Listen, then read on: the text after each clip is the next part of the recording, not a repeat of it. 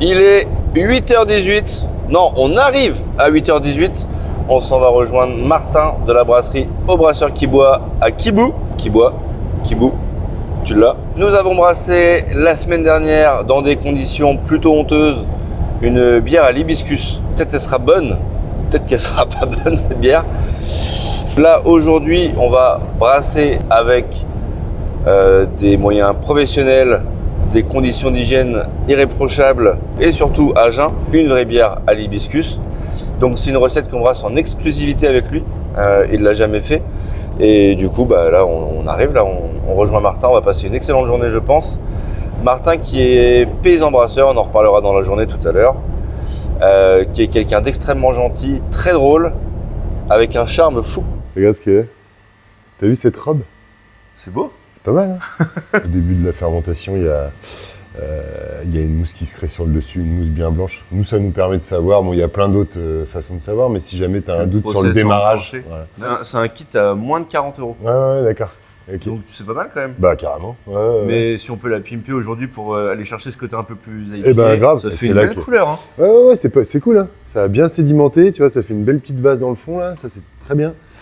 Et l'idée, c'est de venir soutirer par le dossier. Non, surtout pas. Non, là, c'est pas l'idée, justement. Mais j'ai pas encore fait de dry hopping. Qu'est-ce qu'un dry hop? C'est une infusion à froid. C'est un houblonnage à cru en français. Donc, en fait, on va faire une infusion de houblon dans la cuve de fermentation. L'intérêt de cette technique, c'est de dégager énormément d'arômes de houblon, mais pas d'amertume. Donc, c'est ce qu'on va utiliser comme technique dans une NEPA, où on veut justement une bière qui va être très houblonnée, très aromatique, mais sans amertume ou très peu. À l'inverse, quand on fait un houblonnage au moment de l'ébullition, c'est là où le houblon va dégager de l'amertume et en plus de ça, on va perdre aussi le caractère et les arômes du houblon, même si on en garde globalement un petit peu. Et donc là, un dry up. Et donc là, on va évidemment, pour rigoler, mettre la même variété de houblon qu'on a mis dans notre smash à nous. C'est l'idée. Tu sens quoi toi? Moi j'ai l'orange un peu aussi, ananas. Ah ouais, carrément. Là j'ai l'orange. Ça c'est marrant que tu l'aies dit. Un truc très agrume. La technique de l'entonnoir manuel. Que j'utilise énormément à la brasserie. J'ai jamais fait un dry up dans un contenant transparent, donc je sais pas exactement la réaction qui se passe en fait à l'intérieur. T'as senti ou pas?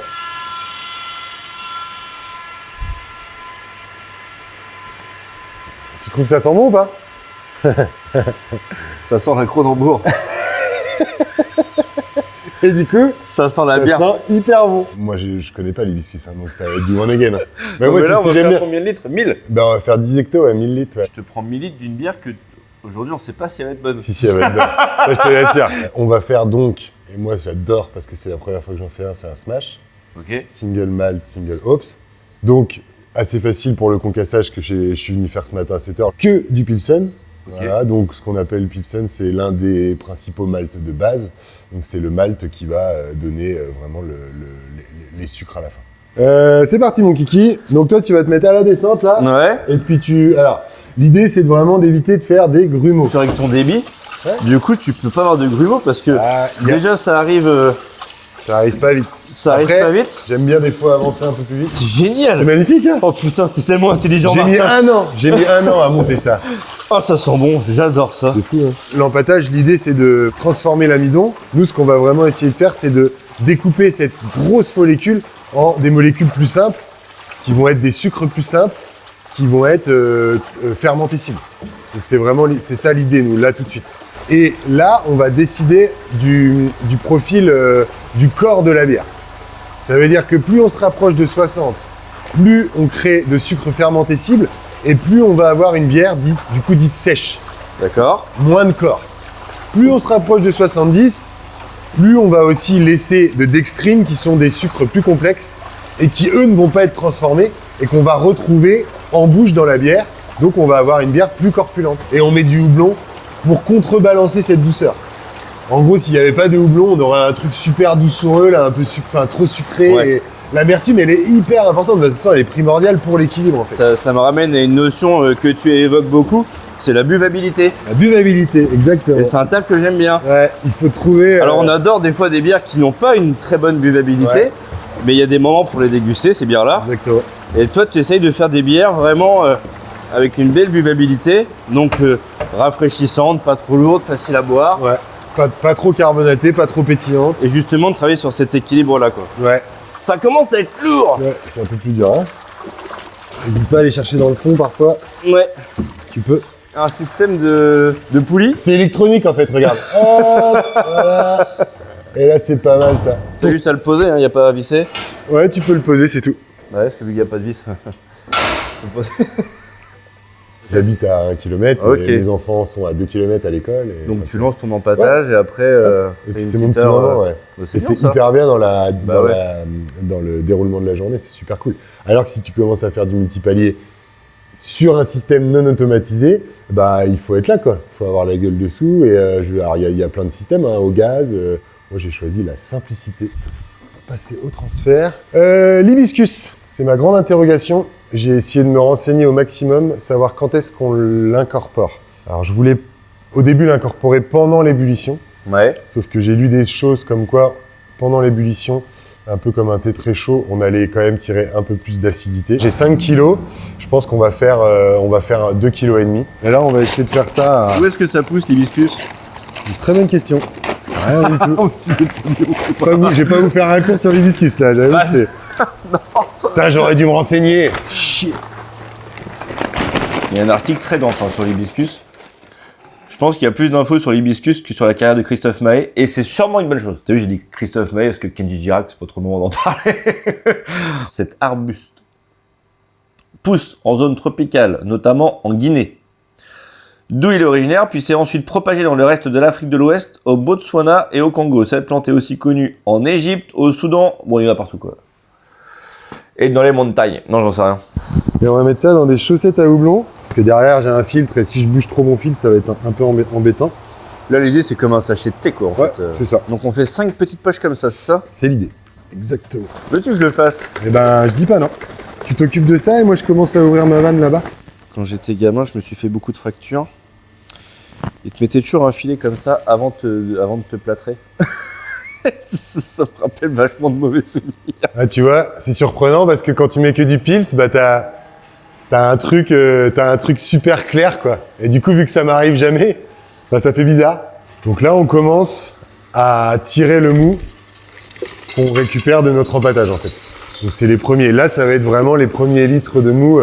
C'est clairement ce qu'il y a de plus sucré quoi. Après, petit à petit, ce mou-là va partir dans la cuve début et nous, on va venir faire ce qu'on appelle le rinçage. Mettre de l'hibiscus dans du smash, c'est un petit peu casser le délire smash. Mais je trouve que de ramener une petite complexité, je trouvais ça sympa quand même. Ouais, et puis c'est quoi l'intérêt d'une smash? C'est sublimer un malt et un houblon. Carrément. Et je trouve ça intéressant. Ah bah, le gâteau, enfin le grain, en fait, le grain humide, il vient se poser sur le fond filtrant et c'est le gâteau qui sert vraiment de filtre. Tu mets ça dans des seaux, c'est ce qu'il y a sous le fond filtrant, qui a moins baigné dans le grain, qui est peut-être un peu moins, une densité un peu plus faible. Okay. Je le rebalance par-dessus pour que tu vois le réamener en fait dans l'ensemble du truc.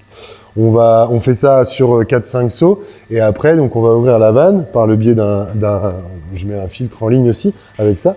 L'idée c'est de descendre dans le bas pour éviter d'oxygéner trop la bière, donc faire un truc un peu doux. Dès qu'on va voir le gâteau apparaître, on va rebalancer de l'eau. En fait, on appelle ça le rinçage. C'est la filtration et le rinçage un peu en même temps, en continu. L'idée, c'est d'avoir à la fin le volume visé que moi je connais par rapport à mon install et à mes fermentaires, et par rapport à atteindre la densité souhaitée. Quoi. Voilà. Et on n'avait pas trouvé un nom de bière la semaine dernière. Limbiscuit ou Limbiscuit. Limbiscuit. Limbiscuit. Ah la vache. Est-ce qu'on l'assume? Est-ce qu'on l'assume? C'est plus ça la question du jour. C'est ouais. Faudrait peut-être reboire un gin pour. En fait, la vraie problématique, c'est les fûts, parce qu'à la fin, si t'as pas les fûts pour remplir ce que t'as, pour tu vois vider ou remplir, peu importe comment on le prend, ce que t'as dans les fermentaires. Bah t'as bien l'air fin quoi. Et un parc de fûts ça coûte très cher. Et un parc de fûts ça coûte très cher et t'es jamais sûr en travaillant. Beaucoup l'hiver on travaille avec des professionnels comme toi ou d'autres bars, sauf que bah y a des rotations qui se font plus ou moins bien. Donc en fait tu fais partir des fûts mais potentiellement tu sais pas quand est-ce qu'ils vont en venir. Ah bah il peut partir dans la semaine d'après parce qu'il y a un besoin spécifique. Voilà, ouais. Comme des fois tu peux le stocker et le passer un mois plus tard. Ouais, c'est ça. Ça nous arrive. En fait t'as perdu de l'argent parce que quand tu vois ton taux de marge sur un fût, ben si tu perds 15 on loue du fût de manière ponctuelle sur les périodes estivales et de printemps quand on est sur notre saison de festival, parce qu'on sait que c'est ce qui est hyper confortable avec les festivals aussi, c'est que tu remplis, tu vides quoi. Tu remplis, tu vides. Ça, et ça, bon bah voilà, nous c'est un peu ce qu'on cherche à faire. D'ailleurs, en parlant de festival, est-ce que je t'avais donné la date du nôtre? Je crois, c'est tout début septembre. 7-8. 7-8 septembre. Tu m'as dit que c'était bon? C'est bloqué. Ouais, on va être là. Je vais pas te faire ce coup-là parce que là, c'est mort. L'hibiscus qu'on a mis en chaussette, on va pas le jeter, mais le poser dans le mou. Et on va faire en sorte d'immerger le plus possible les fleurs sèches pour humidifier. Alors, c'est une première pour moi, hein, donc là, je pars un peu dans l'inconnu. Et je disais à Kevin qu'on va éviter de remuer trop notre mou parce que nous, on combat un peu l'oxydation pour tout type de produits fermentés, finalement. Donc, l'idée, ça va être vraiment de pas brasser trop et de pas incorporer trop d'oxygène, d'air dans ce mou. Et c'est une grande première pour nous aussi. On n'a jamais fait de bière avec une infusion de quoi que ce soit. Pas à ma connaissance.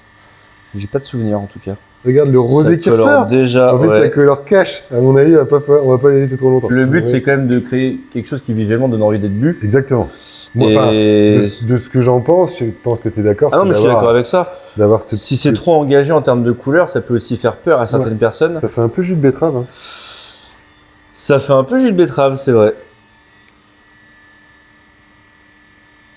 Là, on est vraiment sur un couleur rosée, quoi. Ouais, c'est ça. Je disais tout à l'heure, ça m'a rappelé les mauvais souvenirs de fracture. Ça ressemble à ce qui te met sous le plâtre. Ça ressort un peu cette acidité. Mais moins que quand c'était sec. Ouais. Beaucoup moins que quand c'était sec. Certainement parce que c'est parti dans le mou. Ouais, après peut-être que... Ouais.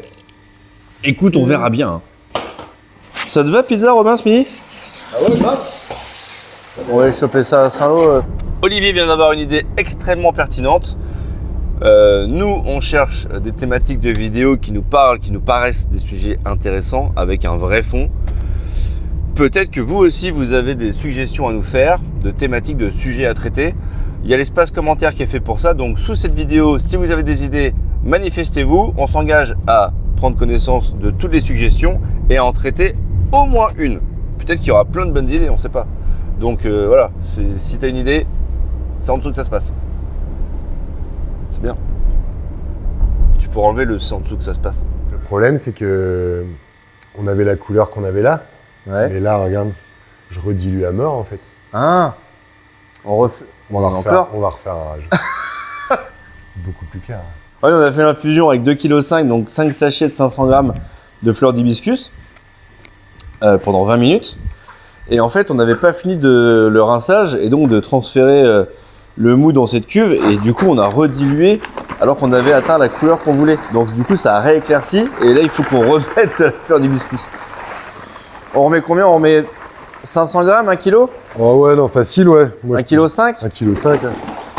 On a une zone nord, Manche. On a une zone centre et sud Manche, qui est notre grosse zone, on va dire. C'est notre zone de départ, donc c'est là qu'on a le plus de clients. La zone nord commence à bien prendre. Cherbourg, c'est bien cool là-haut, on commence à bien s'amuser. Et nous, ce qu'on aime quand même pas mal, c'est, tu vois, quand tu livres, bon, je pense que c'est le cas de plein de gens, mais quand tu livres, t'es content, tu vas t'arrêter, boire un coup, discuter. L'idée, moi, bon, c'est Robin qui livre, hein, qui fait toute la partie commerciale, mais ce que j'ai voulu amener assez rapidement, c'était ce côté, on livre des copains. Ouais, puis c'est l'état d'esprit de ta brasserie, c'est t'en parles beaucoup. Quand tu parles de buvabilité, tu parles de la bière des copains. Ouais, carrément. Donc tu as envie de vendre à des gens qui potentiellement pourraient être. Et je me fais chambrer parce que tout le monde dit dis donc, t'as beaucoup de copains. Quand je suis reparti d'ici, ma femme me demande en rentrant alors ton rendez-vous, ça s'est bien passé? Et c'est exactement ce que je lui ai répondu. Je lui ai dit je me suis fait 2 nouveaux copains. Ouais, mais carrément. Et je suis reparti, on a passé 2 heures à parler. C'est génial, c'est super valorisant quoi. Ouais, carrément. Et après on a pris une caisse, après on fait une bière. Et là on fait une vraie bière. Un TTO, c'est super. Moi je vois des couleurs rouges quoi. Rouge, ouais. On dirait une ambrée là comme ça. Et l'idée c'est de faire venir toutes les matières en suspension qu'on peut voir là, c'est qu'elles partent dans le tourbillon, qu'elles viennent taper sur les parois et qu'elles se recentrent au milieu. Et qu'elles viennent tout doucement se déposer au milieu pour que quand on soutire le moins de merde possible. Attention Kevin. Moi j'ai eu peur que ça tombe. J'ai pas vu que c'était toi, je me suis cru pour rentrer dans la cuve. Donc on va peser la bière, on va peser la bière. Ouais, on va prendre la densité. Mais où est la balance? Ouais, très bonne question Jamy. Je vais te la montrer la balance. C'est un densimètre. Un densimètre qui va nous permettre de calculer par le biais d'une mesure et ça va nous permettre de connaître par le biais de cette unité le poids du sucre par rapport à l'eau. Et donc, d'estimer. Oh, on va avoir une belle bière. Oui. Voilà, normalement, en fait c'est cette mesure de densité qui nous donne en fait le pourcentage d'alcool. On va avoir une bière qui a plus de 5, ça c'est sûr. pas à plus de 6. Non. On va être en dessous de 5,5. On va être entre 5 et 5,5. C'est bien ça. En gros, c'est ça. Pour une belle buvabilité, Exactement. c'est bien. Voilà. Et il faut qu'il y ait un peu de corps. Vu qu'on a eu un empâtage pas très assez sec, ouais, ça va être bien. Est-ce que tu as éventuellement une ou deux petites anecdotes à nous raconter? Une galère qui t'est arrivée, un truc marrant? Parce que tu as dû voir, comme moi, le mec qui se prend un geyser dans la gueule. Et qui traverse la brasserie. Qui traverse la Carrément, brasserie. celle-là, je l'ai vue. Ouais. Bah, moi, j'ai eu une expérience un peu similaire. J'ai voulu faire un houblonnage sans ma belle petite cuve que je mets en surpression pour faire mon houblonnage dans ma bière en pression. À l'époque, je pensais que ça marcherait, donc un gars me dit vas-y, tu peux le faire, par contre, ferme la vanne assez vite. J'avais pas de vanne, j'avais juste un bouchon. J'arrive, je balance mon houblon, et là, je commence à avoir les mains qui tremblent. J'ai mon joint, mon truc, mon machin, tout tombe, ça se passe pas du tout comme je veux. Et là, je sens bop, bop, bop, bop, bop, je vois de la mousse commencer à sortir, et là, geyser. Geyser de 3 mètres sur le plafond. Et ça a duré, je dirais, une 10-15 secondes comme ça. Geyser continue. Les marques qu'on voit au plafond? C'est les marques qu'on voit C'est au les plafond. vestiges de cette anecdote. Et donc, j'étais sur mon petit escabeau comme ça, trempé jusqu'au calbar. 500 litres de bière sur la gueule. J'ai carrément hâte de voir la couleur. Alors, on va laisser le brassin arriver tranquillement. Martin a une petite manipulation à faire. La question est de savoir, est-ce qu'elle va être rose, rouge, violette ou marron dégueulasse? On n'en sait rien. Normalement, elle sera pas marron dégueulasse.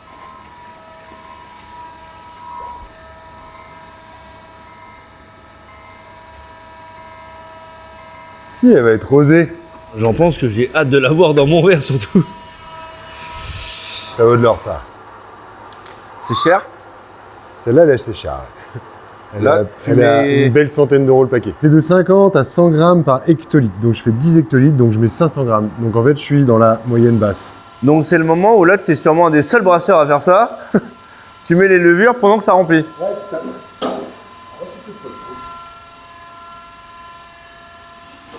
De toute façon, là, on te confie le bébé. Tu nous passes un coup de fil quand c'est prêt. T'inquiète. Et du coup, on organise un événement au bar avec Martin et Robin. Ils seront là. Une grosse fête. On vous fera déguster toute leur bière. On fera une grosse fête. On vous fera déguster la bière qu'on a brassée dans des conditions abominables. On la comparera évidemment On avec l'espère, l'autre sera merveilleuse. qu'on espère sera meilleure. La meilleure, clairement. Normalement. Et puis, vu qu'on avait commandé un kit de brassage qui arrivait trop tard, j'en avais racheté un autre, on va trouver un joli moyen de faire gagner le kit de brassage qu'on a en trop et pour faire plaisir à quelqu'un. Et comme ça, il pourra vivre lui-même Très belle sa idée. propre expérience. On va bien s'amuser. Ça marche? Ouais, nickel. On se tient au courant, Martin? Ouais, carrément. Je te fais un bisou. Ouais, carrément. Merci. Merci Kevin, beaucoup pour ton ta accueil. visite et pour ton aide pour le brassage.